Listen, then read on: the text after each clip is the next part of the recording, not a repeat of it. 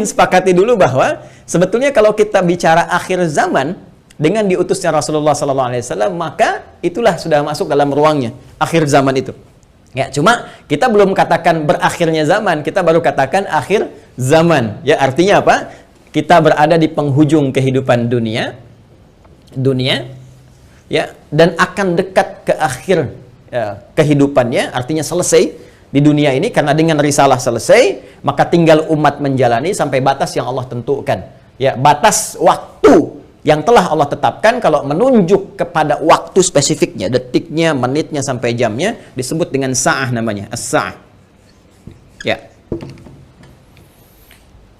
Nanti di periode ini ada kejadian-kejadian, ya, di mana segala hal bisa muncul, ya, bisa terjadi banyak hal nanti kita sebutkan, baik itu nanti huru-hara, baik itu banyak musibah, baik itu nanti selesai kehidupan, wafat, bangkit, sesuatu terjadi. Sesuatu yang banyak terjadi, bangkit dan sebagainya disebut dengan qiyamah namanya. Ya, asalnya qiyam, sifatnya ditambah ta disebut dengan qiyamah.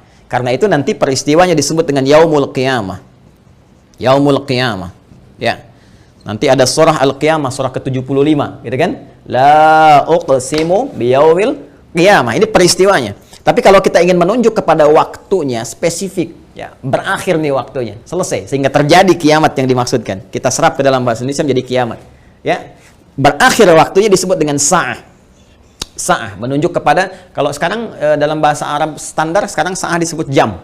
Ya, jam ada detiknya, kan sa'alan. Jam berapa sekarang? Ya, sampai ke detiknya, sampai ke menitnya dan seterusnya, itu menunjuk kepada waktu ini disebut dengan sa'ah. Ya, karena itu teman-teman sekalian, ketika Allah menegaskan kapan terjadi tepatnya terjadi kiamat ini, menunjuk pada waktunya, itu hanya milik Allah Subhanahu wa taala, prerogatifnya. Ya, karena itu di Quran surah ke-31 Luqman, di ayat ke-34, ayat terakhir, hal pertama dari 5 hal yang menjadi hak prerogatif Allah, kalimatnya langsung menggunakan kata sa'ah. Innallaha 'indahu 'ilmus sa'ah. Ini. Kalimatnya menggunakan apa? Sa'ah. Ya, di hadis Muslim nomor hadis yang ke-8 disebut dengan hadis Jibril, ya, alaihissalam, ketika beliau bertanya mengonfirmasi kepada Rasulullah, ya, Sayyidina Muhammad sallallahu alaihi wasallam, bertanya tentang kapan tepatnya terjadi kiamat. Maka kalimat terakhirnya ketika bertanya tentang iman, Islam, ihsan, mata sa'ah. Mata sa'ah, kapan tepatnya terjadi kiamat? Nabi menjawab, mal mas'ulu anha bi'alama minas sa'il. Kenapa penting saya sebutkan ini? Nah, ada langsung firman Allah dalam Al-Quran, pembuka satu surah, di surah ke-54, Al-Qamar. Ya, Al-Qamar. Dalam pandangan Allah, Allah menyebutkan bahwa ketika Rasulullah diutus sebagai Rasul di akhir zaman, artinya zaman ini terakhir dalam kehidupan, nggak ada nanti umat yang baru lagi, nggak ada Rasul diutus lagi dan sebagainya, itu sudah Allah mendeklarasikan satu pembuka kalimat dalam firman yang sangat singkat tapi tajam sekali. Iqtarabatis sa'ah. Iqtarabatis sa'atu wansyaqqal qamar. Quran surah ke-54 ayat yang pertama. Jadi Allah sudah menyampaikan sejak Nabi SAW diutus kurang lebih 15 abad yang lalu, kan? Allah menyampaikan iqtarabatis sa'ah. Ya, masa itu sudah dekat.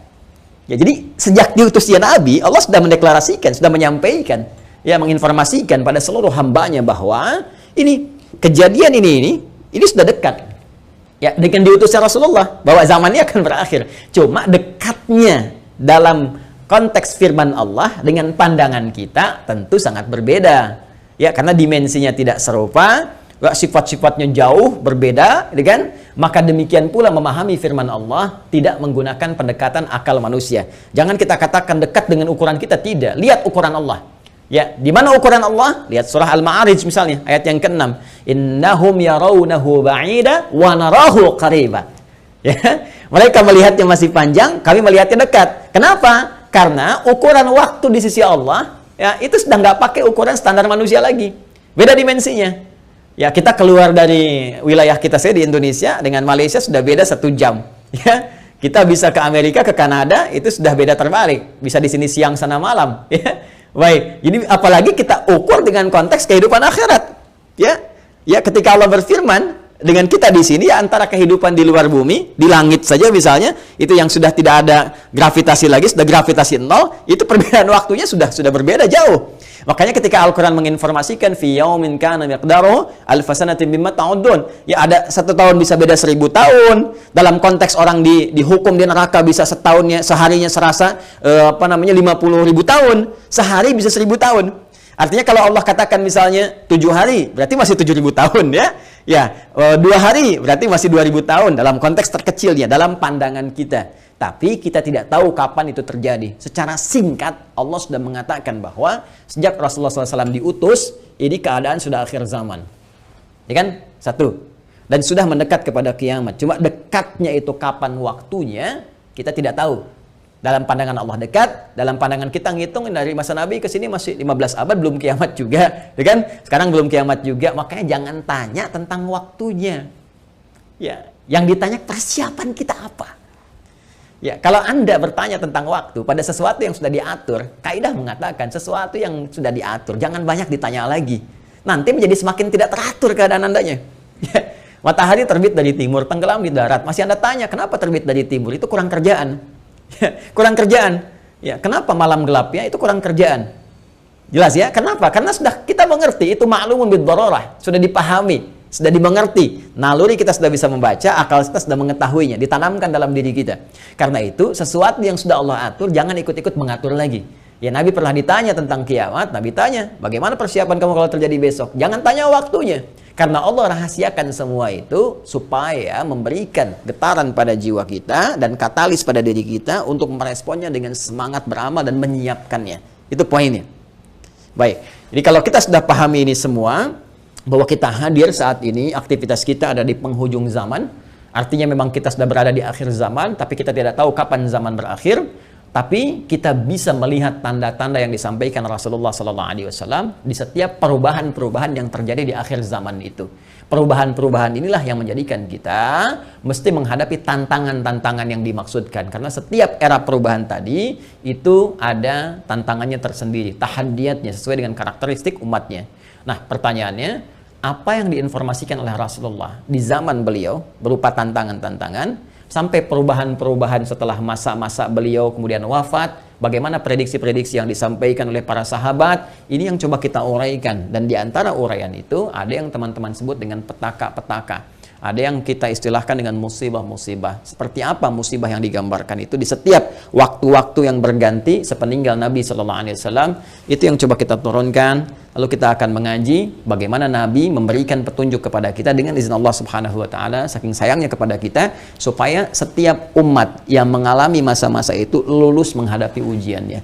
Itulah rahman Allah Subhanahu wa Ta'ala. Itulah diantara sifat Rasulullah yang disebut dengan rahmatan lil alamin. Saking cintanya kepada seluruh pengikut beliau, umat beliau, maka beliau memohon kepada Allah diberikan petunjuk oleh Allah, begini, setiap era ini nanti akan ada begini, nanti kamu akan hadapi begini, begini cara menghadapinya, begini cara menjaganya. Kalau kita lakukan itu dengan baik, maka Allah akan menyelamatkan kita dari keadaan-keadaan yang dimaksudkan dan lulus kita ujian sampai kita menghadap kepada Allah Subhanahu wa Ta'ala. Kehidupan ini sebentar, ya sebentar. Jadi kalau kita terlampau banyak mainnya, sayang. Ya pada akhirnya kan selesai. Karena itu patut kita menata diri dengan baik supaya maksimal kita bisa hadapi. Nah, mari kita turunkan. Kalau sudah paham ini, mohon maaf ya, saya izin hapus dulu. Bismillah. Saya berikan kesimpulan dulu sejenak. Jadi jangan lantas nanti diartikan akhir zaman, kiamat gitu kan. Padahal kita juga sedang di akhir zaman sekarang. Dan Rasulullah diutus Rasul akhir zaman. Sekarang kita ustadznya ustadz akhir zaman gitu kan. Dan kalau ada presiden akhir zaman, menteri akhir zaman, lurah akhir zaman, termasuk juga sekolah-sekolah akhir zaman dan sebagainya. Tapi zaman itu sampai berakhir seperti apa tahapan-tahapannya, bagaimana ujiannya, itu yang kita lihat ya. Ini kesimpulan pertama, 1 tentang akhir zaman sudah kita bahas ya, adalah satu era terakhir ya, era terakhir dari umat manusia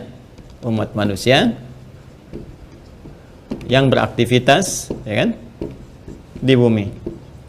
Ini dia era terakhir dari umat manusia yang beraktivitas di bumi. Jelas ya? Nah, ditandai dengan diutusnya rasul terakhir yaitu Rasulullah Sayyidina Muhammad sallallahu alaihi wasallam, kan? Sallallahu alaihi wasallam. Nah, kemudian karena siap Rasul itu membawa petunjuk, juga diberikan petunjuk berupa hudan terakhir. Nah, itu berupa Al-Quran. Karena Al-Quran pun ketika diturunkan Allah menyebut dengan hudan. Buka Quran surah kedua Al-Baqarah di ayat 185. Syahrul Ramadan alladzi unzila fihi al-Quran hudan linnas. Ya, hudan linnas wa bayyinatin minal huda wal furqan.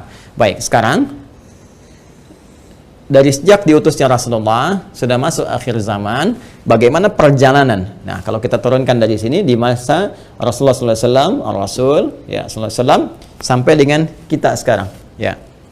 Sampai kita sekarang di masa kini kurang lebih ada sekitar 15 abad. Nah, sekarang kita akan bicara tentang bagaimana Rasulullah SAW menyampaikan tentang berita-berita nubuat itu tentang berita besar yang terjadi dibawa oleh utusan. Ya, orang menyampaikan nubuat disebut dengan nabi, pembawa berita besar. Beritanya disebut dengan naba, karena itu ada surah An-Naba. Ya, amma yatasaalun 'anin naba'il 'azim, ya. Nah, ini nanti ada nubuat-nubuat beliau yang disampaikan kepada para sahabatnya, terlacak sampai dengan ke kita tentang peristiwa-peristiwa yang terjadi di masa-masa sampai mendekat kepada waktunya berakhir, as-sa'ah, ya, as-sa'ah. Ya. Ini karena akhir di sini akhirnya selesai gitu, nggak bisa ditulis lagi, dan karena kita di sini ya dekat ya, tapi kan nggak tahu masanya kapan. Jadi kurang lebih ginilah ya, supaya agak ngeles sedikit bahwa papan tulisnya udah nggak cukup. Jadi gini ya, teman-teman sekalian, saya turunkan ke sini. Baik, sekarang saya beri contoh begini misalnya. Ya, ini hadis yang populer saja, saya langsung ambil dari hadis riwayat Muslim. Hadis riwayat Imam Muslim. Ya, nomor hadis yang ke-8. Nanti ada bab tentang iman, Islam dan ihsan. Ya, dikenal juga dengan hadis Jibril dan banyak dikutip oleh para ulama, termasuk juga Al-Imam An-Nawawi dalam Al-Arba'in. Dari 42 hadis beliau mengutip ini, teman-teman sekalian, di hadis yang kedua setelah innamal a'malu binniyat, masuk hadis ini. Ya, an Abi Hafs bin Umar bin Al-Khattab radhiyallahu taala anhu, qala bainama nahnu julusun 'inda Rasulillah sallallahu alaihi wasallam, ittala 'alaina rajulun shadidu bayadis thiyabi, shadidus sawadis sa'ari, la yura 'alaihi atharus safari.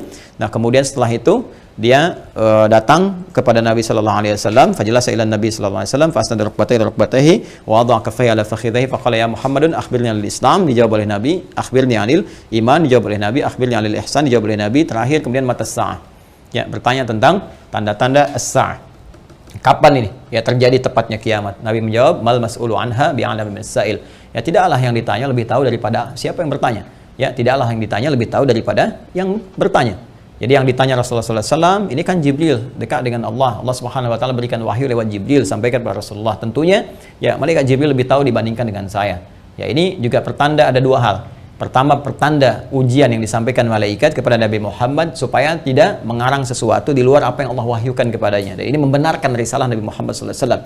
Yang kedua juga salah satu pertanda bagaimana ta'zimnya, ya, kagumnya malaikat Jibril pada Nabi Muhammad karena merasa Rasulullah lebih dekat dengan Allah Subhanahu Wa Taala. Bagaimana dipuji dalam Al-Quran, wa innaka la'ala khuluqin azim, dijamin surga sebelum wafatnya, inna a'tainakal kautsar. Ya, tentu ada pertanyaan dari malaikat, nih hamba luar biasa disayang Allah, dan hamba manusia yang sudah pada tingkat tersayang dari Allah itu melebihi malaikat.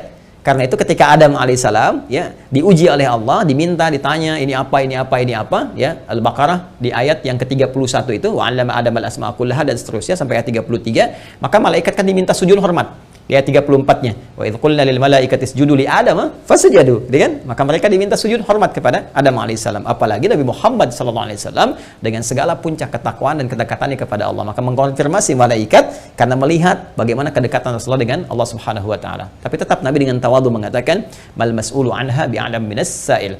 Ya, kemudian bertanya an amaratiha, maka akhbirni, ya, an amaratiha, maka sampaikan kepadaku, ya, informasikan, maksudnya kepada malaikat Jibril ini supaya didengar oleh sahabat-sahabat yang lain dan disampaikan kemudian kepada generasi setelahnya sampai dengan ke kita. Ya, apa tanda-tandanya? Nah, ini tanda-tanda umum, teman-teman sekalian, yang mencakup kehidupan secara umum, baik itu dialami oleh ahli Quran ataupun bukan ahli Al-Quran. Jadi, ada masa-masa kehidupan dari sejak zaman Rasulullah nanti terus yang akan mendekat kepada as-sa'ah, berakhirnya kehidupan.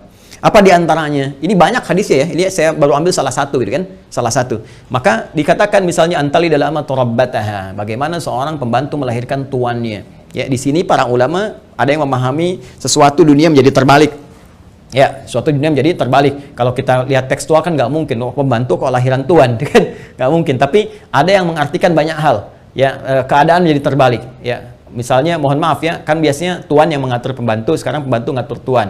Ya, jadi nanti ditafsir dengan hadis-hadis lain, ketika yang benar disalahkan, yang salah dibenarkan. Kemudian pembantu melahirkan tuan, ada yang mengartikan dengan perzinahan, ya selingkuh antara pembantu dengan tuan, dengan majikannya dan sebagainya, atau majikan memanfaatkan tuan dan sebagainya. Ya, ada kalimat-kalimat seperti itu. Wa antaral khufata rawatal alata. Ya, kemudian Anda bisa melihat kata Nabi sallallahu alaihi wasallam bagaimana pada masa itu orang-orang Baduy yang ya dari jauh dari pedesaan tiba-tiba mendapatkan sesuatu yang luar biasa sampai ya tatawaluna fil bunyan, lomba mendirikan bangunan.